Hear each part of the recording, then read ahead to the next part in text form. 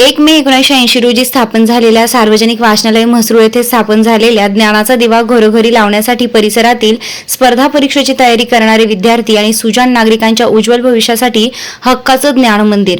नाशिक पूर्व विधानसभेचे लोकप्रिय कार्यसम्राट आमदार ॲडव्होकेट राहुल उत्तमराव ढिकले यांच्या विशेष प्रयत्नातून 50 लाख भरीव आमदार निधीतून साकारण्यात आलेल्या सार्वजनिक वाचनालय व अत्याधुनिक अभ्यासिका इमारतीचा दिमाखदार लोकार्पण सोहळा शनिवार 27 जून रोजी नुकताच संपन्न झाला. याप्रसंगी नाशिक पूर्वचे आमदार ॲडव्होकेट राहुल उत्तमराव ढिकले आणि प्रमुख पाहुणे ॲडव्होकेट आकाश छाजेड यांच्या शुभ हस्ते फीत कापून आणि दीपप्रज्वलन करून 2 मजली भव्य अशा अभ्यासिकेचा लोकार्पण सोहळा करण्यात आला. याप्रसंगी 10वी-12वी मध्ये उत्कृष्ट गुण मिळवलेल्या विद्यार्थ्यांचा सन्मान चिन्ह देऊन सत्कार करण्यात आला. तसेच वाचनालय कार्यकारिणीच्या वतीने उपस्थित मान्यवरांचा शाल व गुलाबपुष्प देऊन सत्कार करण्यात आला. कार्यक्रमाचे प्रमुख पाहुणे दी नामको बँक नाशिक संचालक ॲडव्होकेट आकाश जयप्रकाश छाजेड हे उपस्थित होते.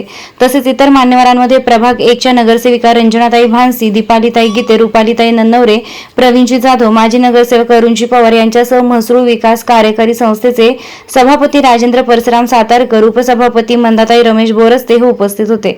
सार्वजनिक वाचनालय म्हसरूळ नाशिक जिल्ह्यातील अभ्यासिका लोकार्पण सोहळा व्यवस्थितरित्या पार पाडण्यासाठी वाचनालयाचे अध्यक्ष वसंतराव मोराडे, उपाध्यक्ष रवी किसनजी पगारे, खजिनदार विठ्ठलराव धनाईत, कार्यकारी सदस्यांमध्ये रमाकांत मोराडे, योगेश मोराडे, प्रशांत मोराडे, विनायकराव सूर्यवंशी, देवकिसन व्यास, प्रकाश उखाडे, पद्माकर बोराडे, दीपक मोराडे, ग्रंथपाल सौ वैशाली शंकर केकरे व परिसरातील ज्येष्ठ नागरिक, विद्यार्थी, पालक या सर्व सदस्यांचे सहकार्य लाभले.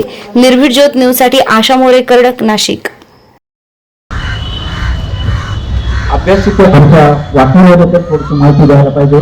आमच्या वाचनालयाची सद्यस्थिती जी आहे, साधारण 550 वाचक आमच्या इथं येत असतात. पुस्तकांची संख्या आजच्या मितीला 19,780 आहे. नियतकालिके 16 येतात आणि मासिके 18 असतात. हे समोरचे जे मुख्य विभाग आहे, हे सकाळ संध्याकाळ या ठिकाणी ओपन असतं. या आमच्या संस्थेला इतर द असा दर्जा मिळालेला आहे. जवळजवळ सरकारी अनुदान 3,07,000 दरवर्षी येतं.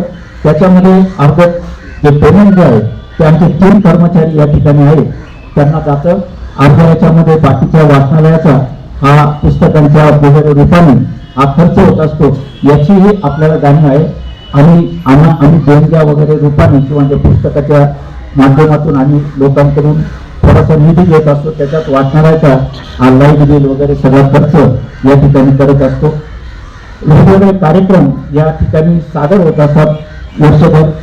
बाबासाहेब आंबेडकर जयंती, महाराष्ट्र दिन, आदिवासी दिन, स्वातंत्र्य दिन वगैरे, गांधी जयंती, अण्णाभाऊ साठे जयंती, वाचक प्रेरणा दिन, प्रजासत्ताक दिन, जागतिक महिला दिन, या अशा कार्यक्रमातून आम्ही लोकांपर्यंत जाण्याचा प्रयत्न करतो. आज या अभ्यासिकेचे उद्घाटन जे आहे ते आमचं एक ड्रीम प्रोजेक्ट आहे. या परिसरातून MPSC, UPSC सारखे परीक्षा देऊन मोठे अधिकारी व्हावेत हे आमचं स्वप्न आहे आणि त्या स्वप्नाची पायाभरणी आज होते. तर अनेक विद्यार्थी या परिसराचे जाऊन तुकाराम मुंडे व्हावेत, पोलीस TN सेशन व्हावं.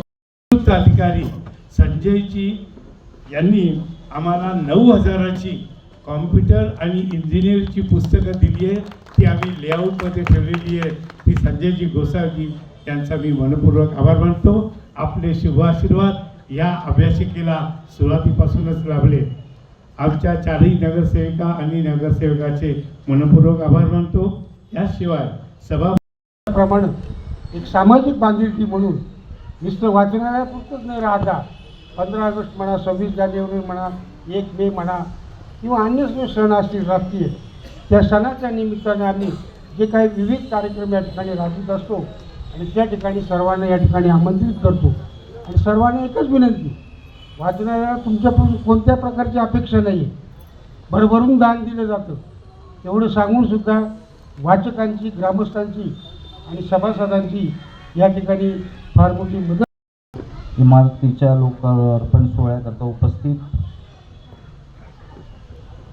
माझे मित्र आणि अगदी विद्यार्थी दशेपासून एकाच महाविद्यालयात आम्ही शिकलो, या विधानसभेचे लोकप्रिय आमदार आदरणीय राहुल भाऊ ढिकले, मातृतुल्य माजी महापौर रंजनाताई भानसे, या परिसराच्या नगरसेविका आदरणीय दीपालीताई गीते, आदरणीय माजी नगरसेवक ज्येष्ठ नेते अरुणजी पवार, आदरणीय आमचे मित्र नगरसेवक प्रवीणजी जाधव, आदरणीय जे या ठिकाणी आपण अभ्यासिकेला पुस्तकं आता घेतलेले आहे, याचाही लाभ आपण द्यावा. तुमच्या वाचक ऐकून किंवा विद्यार्थ्याकडून कोणत्याही प्रकारची वाचनाला अपेक्षा नाही. फक्त हे जे उभं जे केलेलं आहे, ही जी संपत्ती तुमच्या पुढे जी ठेवलेली आहे, तिचा आपण जास्तीत जास्त लाभ घ्यावा एवढीच वाचनातर्फे आपल्याला विनंती आहे. अजूनही बरंच बोललो असतो, परंतु वेळ कमी आहे. भाऊंना बी पुढचे कार्यक्रम आहे. पुनश्च एकदा भाऊंचं आकाशजीचं विद्यार्थी आलेले विद्यार्थ्यांना वामनराव पैन यांनी सांगितलंय, तुझ्या जीवनाचा तूच शिल्पकार. हे जरी आपण शब्द आपल्याजवळ सांभाळले तरी आयुष्यामध्ये पुढे जाणं फार कठीण नाही. असंच मी विद्यार्थ्यांना माझ्या वतीने शुभेच्छा देते. या ठिकाणी वाचनालयाने आम्हाला बोलवलं, 2 शब्द सांगण्याची जी संधी दिली त्याबद्दल मी सगळ्या पदाधिकाऱ्यांचे आभार मानते आणि माझ्या 2 शब्दांना विराम देते. जय हिंद, जय महाराष्ट्र. मी घाबरत नाही, पण मी केलं नाही आणि त्याच्यात माझ्यावर असं होत असलं तर मला कुठेतरी वाईट वाटतं. मी मनुष्य हो, मला मन आहे का नाही, मला काही आहे का नाही, दुःख विख्ख काही आहे का नाही. 20 दिवस जाऊन माझी बायको आणि मी जर हे उद्योग करायला लागलो तर मला काही कुटुंब वगैरे काही नाही. आणि त्याच्यामुळे 12वीत मुलगा त्याच्या ॲडमिशनसाठी मी फिरत होतो. माझं स्वतःच्या डॉक्टरच्या जे काही व्हिजिट्स होत्या त्या चालू होत्या, पण आता ठरवलं, म्हटलं बाहेर पडायचं आणि पूर्ण वेळ बाहेर पडायचं. आज जवळपास 15 दिवस झाले घरात बसत नाही. सकाळी आंघोळ करतो, जे बाहेर पडतो, रात्री 12:30ला जातो. तुमच्याकडे येऊन गेलो सर, येऊन गेलो ना, त्याच्यामुळे परत कोणी म्हणणार नाही मला की राहुल लिखले गेला. देवेंद्रजींनी सांगितलं आपले कसे असो, मला त्या माणसाने सांभाळून घेतलं. आज प्रत्येकाला पॉलिटिकल गॉडफादर लागतो. इमारतीच्या लोकार्पणाप्रसंगी उपस्थित असलेले आमचे मित्र, आम्ही लॉ कॉलेजला बरोबर होतो आणि त्याच्या आधी कॉलेजला बरोबर होतो. आणि पूर्वी नाशिकची संस्कृती अशी होती की कोणी कोणत्या पक्षात असलं तरी सुखदुःख असो आणि काही कार्यक्रम असो, हे छोटं कुटुंब होतं. आणि त्याच्यामुळे आकाशदादा आणि माझे आज आपण म्हणतो की वाचनालय या शब्दातच खूप मोठा अर्थ आहे. जसं म्हटलं जातं की वाचाल तर वाचाल, शिकाल तर टिकाल. आपण कुठलंही काम हातात घेताना ते पूर्णत्वास नेण्यासाठी कुठलं तरी एक माध्यम असतं. या विभागाचा विकास करण्यासाठी जसं आता सर्वांनीच आपल्या भाषणात सांगितलं आहे, आपले आमदार राहुल भाऊ डिकले यांचं खूप मोठं योगदान या प्रभागाला नेहमीच राहिलेलं आहे. आणि या वाचनालयासाठी मी त्यांच्या माध्यमातून या ठिकाणी अभ्यासिका लोकार्पण सोहळा या ठिकाणी साजरा होतो. या अभ्यासिकेचं वैशिष्ट्य म्हणजे मसरूळ ग्रामस्थांच्या वतीने या ठिकाणी जो खालचा तळमजला आहे तो जयप्रकाश शाजर यांच्या आमदारकीतून झाला. आणि हा जो वरचा मधला जो कळस आहे तो राहुल भाऊ ढिकले यांच्या माध्यमातून या ठिकाणी झाला. मसरूळवाल्यांचं या ठिकाणी विशेष कौतुक करत 1997 पासून या भागामध्ये भानसी मॅडमच्या माध्यमातून भारतीय जनता पार्टीची रोप लावलं गेलं. आणि सातत्याने या ठिकाणी गेल्या 5-6 टर्मपासून भारतीय जनता पार्टीचं वर्चस्व हे टिकून ठेवण्यात निमित्ताने या ठिकाणी आपण माहिती द्यायची. मी पद्माकर मोराडे, माजी अध्यक्ष व विद्यमान संचालक सार्वजनिक वाचनालय म्हसरूळ. गेले 44 वर्ष एका पत्रपेटीपासून सुरुवात झालेलं ग्रामीण भागातलं आज महाराष्ट्रातलं एक आदर्श आणि अद्ययावत वाचनालय म्हणून याची गणना होते आहे.